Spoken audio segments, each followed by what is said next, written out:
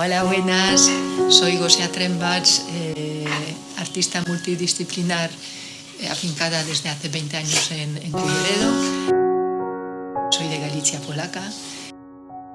Ya que estoy metida en casa, recuperándome un poquito del susto, durante esos 2 meses no pude trabajar. Quería hacer un breve viaje por toda mi experiencia pictórica en Galicia. Quería mostraros mi trabajo y claro, trabajo muy vinculado con mis vivencias.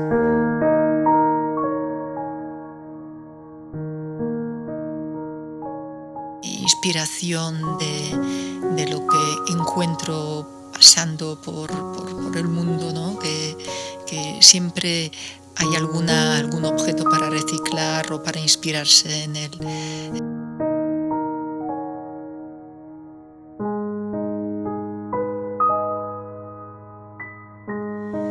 Me gusta trabajar con distintos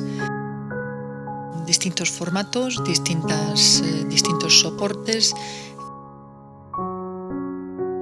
jugar con las texturas, tanto con el dibujo plano, grafito, pastel, como las texturas potentes como clorocaucho, óleo acrílico.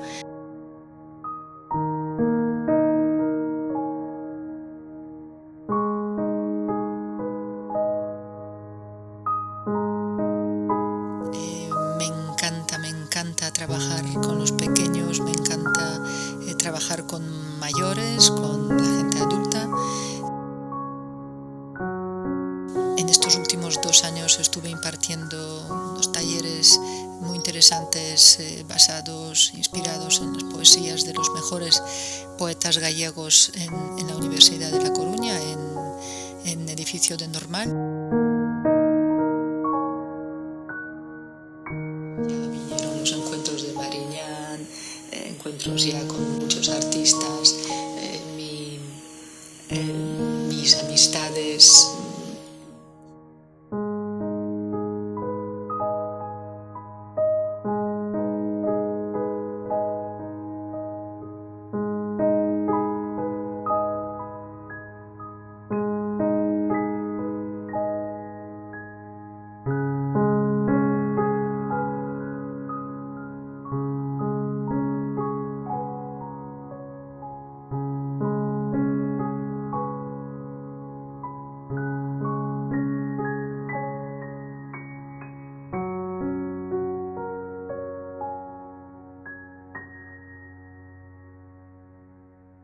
Crear para mí es un concepto muy amplio.